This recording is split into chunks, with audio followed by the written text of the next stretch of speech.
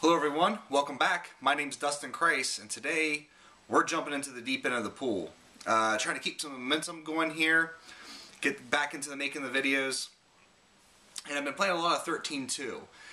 And this is not the game discussion video. It's coming though. I have a feeling that I'm going to finish it up by the end of the week. So fingers crossed that maybe Monday night I'll post it or something. But anyway, today's video is going to be a lot about 13-2. Specifically, it's time travel. I've been thinking a lot about time travel, not only in 13-2, but just kind of in media in general. And, you know, really kind of thinking about how it's really a difficult subject to broach and do correctly in any sort of medium. Because, one, we don't really know how to do it, and two, as human beings walking in this world the way we do, we don't really have a good concept of what time really is. I mean, we move through it and we can see it and understand it linearly, but in reality we really have no idea of the true nature of time. I mean, it's one of those things that's almost beyond our comprehension in a lot of ways. I mean, we know it in sort of our own way, but when you really start talking about it and start thinking about it, your brain just kind of pops open and you don't really know what to think anymore. And hopefully I do that for you today. I don't know. Maybe I'm just going to be rambling and you're going to go, Dustin, these are all examples of plot holes in narratives. And I'll be saying, yes, that is true. But if you think about it and think through it, you can actually kind of almost blow your own mind in a lot of ways. So, where are we starting with this? How are we going to start? 13-2. I'm really enjoying it, and but I have a little nitpicky issue with it. And it's not so much a terrible thing, it just goes hand in hand with trying to reconcile how we perceive time. And my main problem is the game itself constantly throws a quantum mechanics model at you. And I'm going to pause here and just going to talk about things. In my mind, and just the way I've thought about time, and sort of some of the readings I've done, I'm in no way an expert. I'm a layman, putting it in common words and just trying to express my ideas. So if I misspeak about something, you know, don't shoot me. But anyway, just thinking about the nature of time, I can really only think about time in sort of two manners. There's a linear time, and then there's more of a quantum mechanics kind of time. And, I mean, they're separate, but they're also kind of connected in a way. So, they're different, but not truly. And in a linear time, you can break that into sort of two ideas. Free will or fate, okay? In the free will model, you and I, and everyone else that watches this video, my wife upstairs, we all exist in this second alone. And there's nothing in the past, and the future hasn't happened yet. As the Flaming Lips sing, all we have is now. This is it. This is the only moment of existence. So in that view, time travel is impossible because the past no longer exists. The future is not happened yet. We can't escape this moment. Okay? But we move through it, we move forward. The other model, or the other thought in that model, is kind of the opposite, and that's the fate, in that every moment that can exist does exist. So I can travel back in time and sucker punch George Washington in the face. I can travel into the future, see us colonize Mars. All of that exists, okay? And I can travel back and forth. And this is usually what time travel and narratives, they do. You can travel to the future and see the future. You can travel in the past and see the past. However, when you really think about it, and this is, you know, me going overboard with, you know, this thought process, but if you can travel to a point in the future, and if you could get there, then that means everything that's led up to that moment already already exists. Okay? So if you travel back into your time, you can't change that because that moment in the future is there. It's concrete, it's there. If you travel even further into the past, you really can't change anything either. And you're saying to yourself, well, Dustin, I could travel into the past and kill my parents. You know, what do you think about that? And I would say to you, you would probably destroy existence as we know it. You'd create a huge paradox and probably open a black hole and suck everything into it. It's a closed system in that mindset, because if the future exists, then how can we change it? And if you do try to change it, won't those changes just be what leads up to what happens in the future? I mean, if everything exists already, then there's, changing the timeline is a moot point. So that's a little deeper than a lot of movies get with that kind of model. But if you really think about it, that's the only way it could go. Now in quantum mechanics, and like I said, this is just me being a layperson, kind of half reading into quantum mechanics and thinking about it on my own. But in quantum mechanics, let's just use that same linear timeline. Okay? If you travel back in time and try to change something. So if I travel back in time and let's say I punch George Washington in the face. I don't know why it's stuck in my head, but it is. And he doesn't cross the Delaware. Then I've fractured the timeline and created a new timeline where the British win the Revolutionary War, but the prime timeline just continues on from where I left off. In the simplest terms that I understand, that's how quantum mechanics works. So, in the game, when you look at the Historia Crux, you see like Academia 400 AF, and then you see like Academia 4XX AF. So clearly we have an alternate timeline thing going there, even though, in all honesty, the Historia Crux is a little sloppy in its layout. The better game to sort of talk to you about this is with Radiant Historia, which I still say is the gold standard for time travel in video games right now. In Radiant Historia, you have one timeline, and then you get to a crucial point where you have to make a decision. That decision fractures the timeline. And even within those two parallel timelines, you still have more fractures in it. It's just that the game only really wants you to explore those two timelines, so when you fracture a timeline again, you get a game over screen and it says, oh, you messed up. So you go back to the, Historia and try again. Chrono Trigger, which a lot of people say is a really good time travel, it's probably one of the better time travel stories in that sort of linear model where you don't really think about it. Because the future exists, we can travel to 23 AD or 2300 AD and mess around in the domes, or we could travel back to 65 million BC and run around with all those guys. However, we can travel back and change things, and the changes ripple through to the future. So it's kind of that linear model where we don't really put a lot of thought into it, or we don't overthink it like I usually do, because I overthink a lot of things. So, but there's that, and then there's the fact that you run into multiple Yules in 13 too, which also says to me that we have alternate timelines and alternate Yules, and Caius is really traveling between all the different timelines to try to save all the Yules he can, yada yada yada. So when you think about that, okay, we really see like a quantum idea going on there. The problem I have is with a line that Caius says, and it's just such a tiny little throwaway line. I thought it was a tiny little throwaway line, and I kind of just let it go. But then it kind of got, repeated and repeated and repeated. So it's become kind of an important line, and that is, change the future, you change the past. Did not make a lick of sense to me when Caius said it. But then as you move through the game and you learn more about Caius, it makes a lot of sense. And possible spoilers here, but Caius actually comes from 700 AF, which is the future. And in traveling back in time, he starts creating all these problems.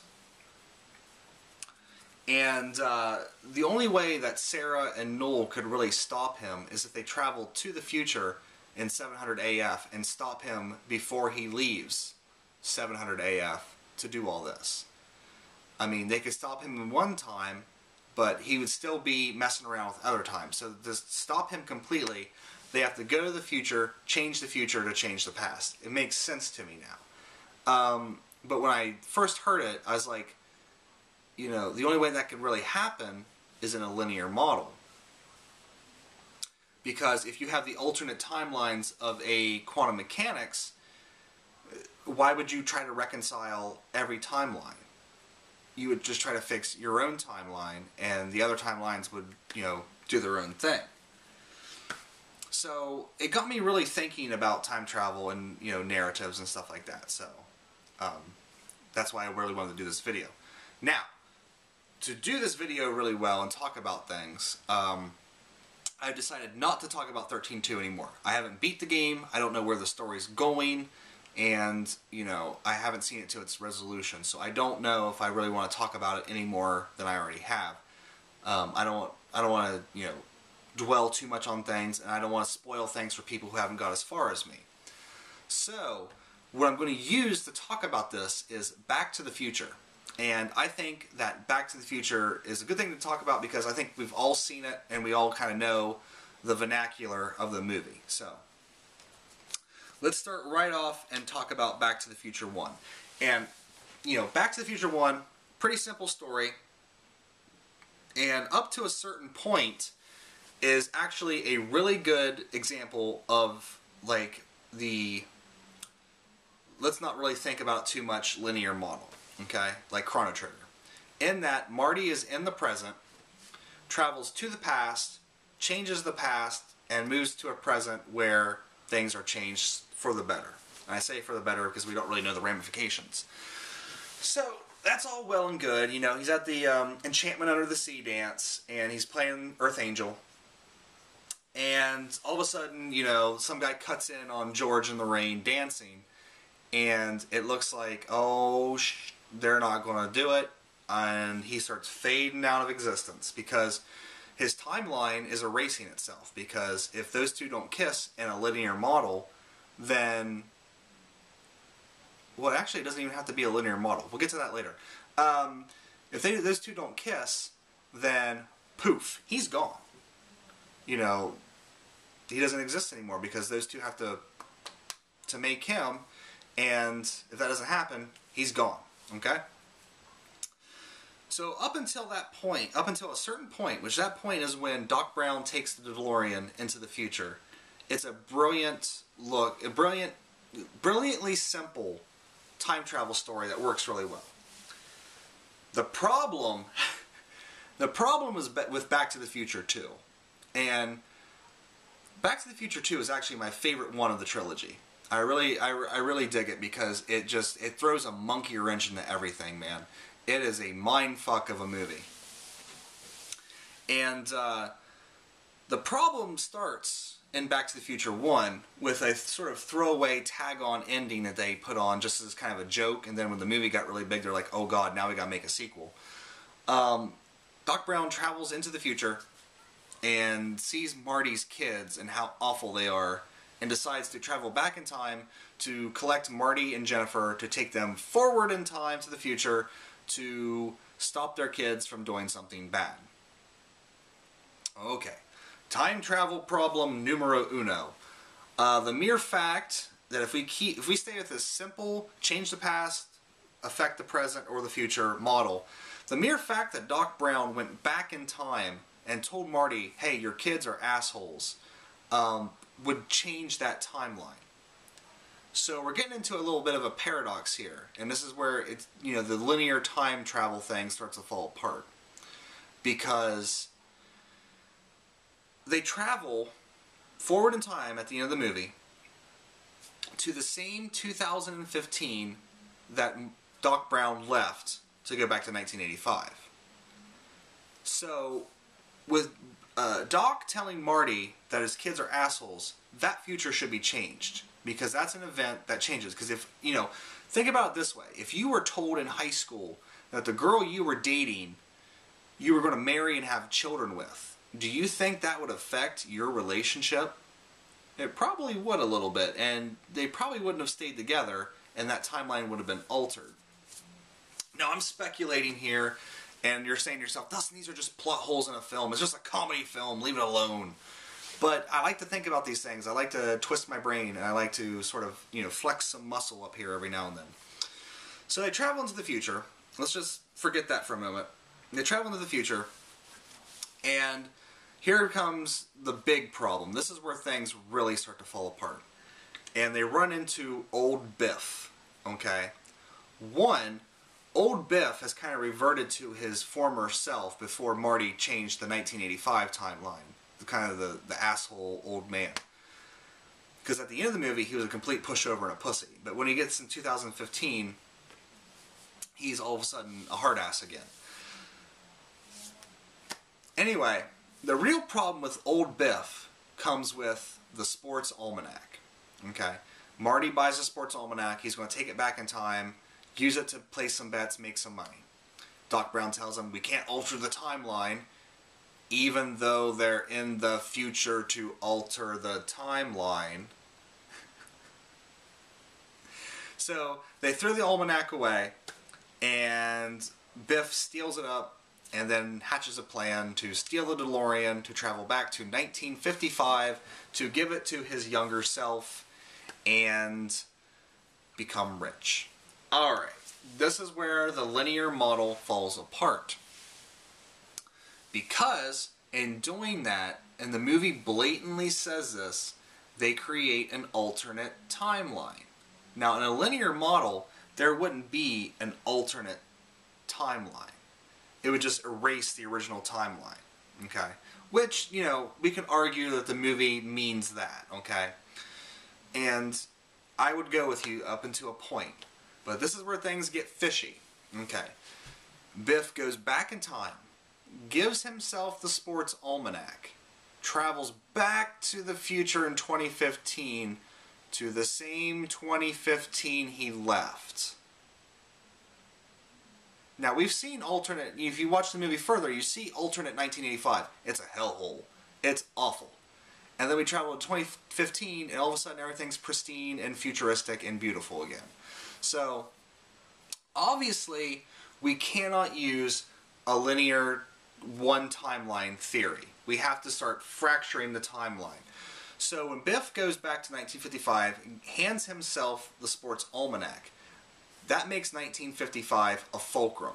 And when you really look at Back to the Future, 1955 is the most important year in the entire series. I mean, it must be like the best year in the history of the world for some reason. So it creates a fractured timeline. So we have the prime timeline that Marty and all of them exist, and we have the fractured timeline, okay? Now, this is where things get tricky. Because if we start talking about fracturing the timeline, the DeLorean exists in this new timeline that was created in 1955. So, when Biff travels back in time, he should travel to the future of this alternate timeline, the alternate 1985's timeline.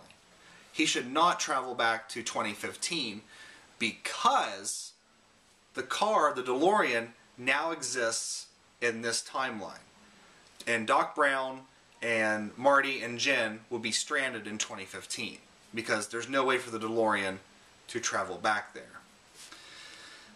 Again, Back to the Future 2 is a complete mindfuck of a movie, and when my friend and I were devising all of these theories about this movie, we figured out that linear time doesn't work. We figured out that quantum doesn't really work. So we have to kind of fudge the facts and say that actually Back to the Future is alternate dimension travel. What? Or at the very, well, even then it's still alternate dimension travel. The DeLorean has the ability to jump between timelines. When honestly, in theory, the DeLorean should stay in that same timeline because that's the timeline it exists in now. Biff was able to go back to the original 2015, return the DeLorean, and Marty and Doc zip off, of course, to 1955 to stop Biff from using the sports almanac. Here's another problem. It's just me punching holes in Back to the Future. That's what this video is. If Doc and Marty really wanted to stop things, they should have just traveled back in time 20 minutes and stopped Biff from stealing the DeLorean. Both of them were away from the DeLorean, and they could just walked up, punched Biff in his old face, and dragged him off somewhere, and then Marty and Doc come back, take the DeLorean, boom, no alternate universe. But then we wouldn't have a movie, so.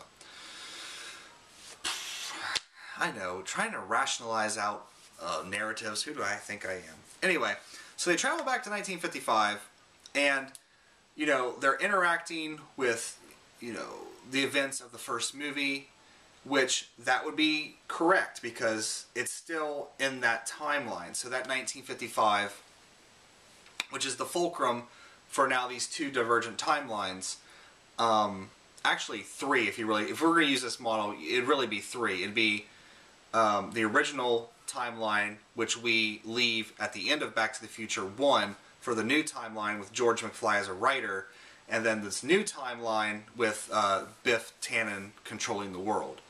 So we travel back to 1955, and we enter the, well, we travel back to 85. I'm sorry, we travel back to 85 first. God, I can't even keep this shit straight. And we see, oh, Biff Tannen's taken over the world. Well, why would they travel back to that? They should have traveled back to their normal 85, or at least the George McFly, I'm a writer, 85. So the DeLorean, once again, jumps dimensions to this alternate 85 for some inexplicable reason. And they're like, oh, we gotta change the timeline again because this is awful. So they travel back to 1955 to stop Biff. God damn, I can't keep this shit straight. Hopefully this makes sense. It made sense when I wrote all these notes out, and this sounded like a good idea at the time. So anyway, they go back to 1985 or 55, and of course they stop Biff from stealing the almanac, and they inadvertently create a fourth timeline with Biff driving into the second pile of manure, and so there's now we have four timelines splintering off 1955. Four timelines splintering off that point. Okay. Here we go. So, at the end of the movie, Doc Brown's up in the DeLorean, lightning strikes, boom, knocks him back to 1985. So what we have now is we have the 5 timelines of 1985 with an alternate shooting off for 1985 or 1885 to create a new timeline. Okay. So Doc Brown in this alternate 1885 leaves the DeLorean in the caves there for Marty to find. Now this is where I sucker punched myself the first time, because I can't rationalize out how the DeLorean in the new timeline got back to Marty in 1955, that fulcrum point of 1955, unless since the timelines are connected, it somehow drew it back in there. I don't know. That I can't explain. I'll think about that a little bit more. Maybe we'll get some discussion going and figure that one out. I like filling plot holes in movies. Anyway, so Marty gets a hold of that DeLorean, zips off to 1885, and you know, through that we now have 1885 diverge again with the Clayton Ravine and the Eastern Ravine. So you can see how talking about time travel and quantum mechanics and all these alternate timelines get confusing. A linear model is much easier as long as you don't think about the fact that it's really a closed system. Whew. Got through that, man. Holy crap. But anyway, it's just a fun thing to think about, and when I was driving in the car, man, I was having a good old time just kind of putting all this together. And then I got to work, and sort of on my break, I just jotted down all these notes really fast. But another kind of point to think about in these time travel stories, and it goes for both Final Fantasy 13-2 and Back to the Future. In Back to the Future, we have Marty, Doc, Jen, Einstein, and the DeLorean. All 5 of those characters remain constant through, well, I guess not really Doc. Doc does change a little bit through interactions with younger Marty, or Marty in 1955. So let's go with Marty, Jen, the DeLorean, and Einstein, the dog. All 4 of those characters are constants in that universe. The entire world shifts around them, but those 4 stay the same. And you would think about it, Jennifer should really have changed. Because in Back to the Future 1, if Marty travels back in time, changes the future to his dad is a successful writer, that means they're not poor anymore, like they were in the beginning of the movie, and they're rich. So that would change Jennifer's perspective of Marty. It would probably also change Marty in and of itself. Though you can argue that Marty exists outside of time because of him riding around in the DeLorean. So much like that, in Final Fantasy 13-2, we have Caius, Yule, Noel, and Sarah, who all exist as constants in the universe, with everything shifting around them, but those 4 stay the same. Their memories don't change when they go to a different timeline. You know, they exist as singular beings. So really, you know, those 4 people in Back to the Future and those 4 people in 13-2, when you really get down to think about it, they are the only source of reality in those universes. They're the only constants. They're the only thing that remains true. Everything else shifts and changes based on what those 4 do. So those 4 in both stories really have a godlike quality to them in a lot of ways, because they control the entire universe through controlling the ability to travel through time. And yeah, I think I moved through all my. Oh no, one other point, and it's illustrated kind of really well in Star Trek, the new Star Trek movie, newish Star Trek movie. When you get into these alternate timelines, a lot of shows that deal with alternate timelines, it's always about, oh, we're in this alternate timeline, this place is awful, let's destroy it and get back to our own. You know what I mean? And it kind of opens up an ethical dilemma, because in fracturing the timeline, you're essentially creating new worlds and new people. You're playing God by creating a whole new universe. And, you know, which of those timelines is more valid and more real? Star Trek exemplifies this beautifully with having the Prime Spock and the Tangent Spock in the same universe. Okay, so Prime Spock is in this tangent alternate universe, which Prime Spock is Leonard Nimoy. And he's been, through the course of the movie, there's this awful event that happens. And it would affect him personally. But this is not his timeline. And these are not, you know, those are not his people that this something happens to. But it still affects him profoundly, because, you know, how do you reconcile the fact that you are in a different timeline and these people are not your people? I'm trying not to spoil what happens in the movie, just in case some of you guys haven't seen it. But he's really kind of messed up by it in a lot of ways. And it, you know, to him, there's no difference, you know. And I think in a lot of ways, the way we treat that storyline is that these people aren't real. They're alternates. They're duplicates. We have to travel back to our own time to where the real people are. But, you know, which timeline is more valid?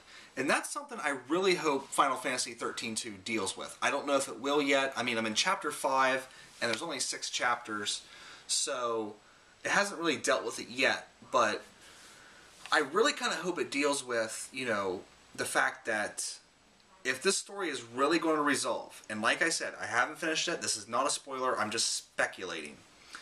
If this story is really going to resolve under a quantum mechanics model, then the only resolution is Sarah picking the timeline that she can live with the best. Because she can't reconcile them all. She can't fix them all. There's just too many fracture points. I mean, in the game there's not, but in sort of a realistic mindset way. So it's going to be really interesting to see how they finish out this game. I'm really looking forward to really diving into it. I have this weekend off, and I plan on doing almost nothing but, you know, playing it and trying to finish it out this weekend. So I'm really excited to see how the story ends. Hopefully all this made sense. I mean, this is sort of the... you guys are really getting like the inner workings of my brain here, where I'll take a movie and I'll just pick it apart and think about sort of these highfalutin ideas, and, you know, in a lot of ways they really help me understand sort of the nature of things, and sometimes I think too deeply on things, but that's okay.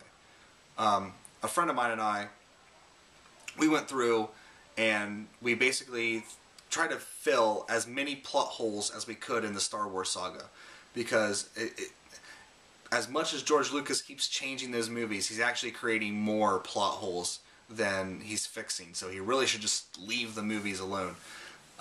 For that, I mean, there's millions of points why he should leave the movies alone, but that is a big one for me. And no, I can't do a video on filling the plot holes in Star Wars, because I actually don't remember a lot of it. This was almost 10 years ago. But yeah, hopefully this made sense. I've really wanted to talk about this kind of stuff a lot, and I didn't really know how to broach the topic, and then 13.2 came out and really got me thinking about time travel and that kind of stuff in storylines, and just how difficult of a thing it is, because when you really get down to it and you really start thinking of all of the like paradoxes and problems you can cause with time travel, it's really something that should be left alone, even in storylines. Like, unless you keep it really, you know, keep it simple, stupid. But yeah, I would love to hear from you guys. I would love to hear, I'd love to see like a video response of somebody trying to ramble on about time travel. That'd be great, because I don't know, I like seeing people ramble. I like rambling. It's a fun time. But yeah, I definitely want to hear some thoughts on time travel in narratives. What time travel stories have you found to be really good? There was a couple episodes in Babylon 5 that I thought worked really well. They in one episode, I can't remember the names of the episode off the top of my head, but in one episode they set all this stuff up, and all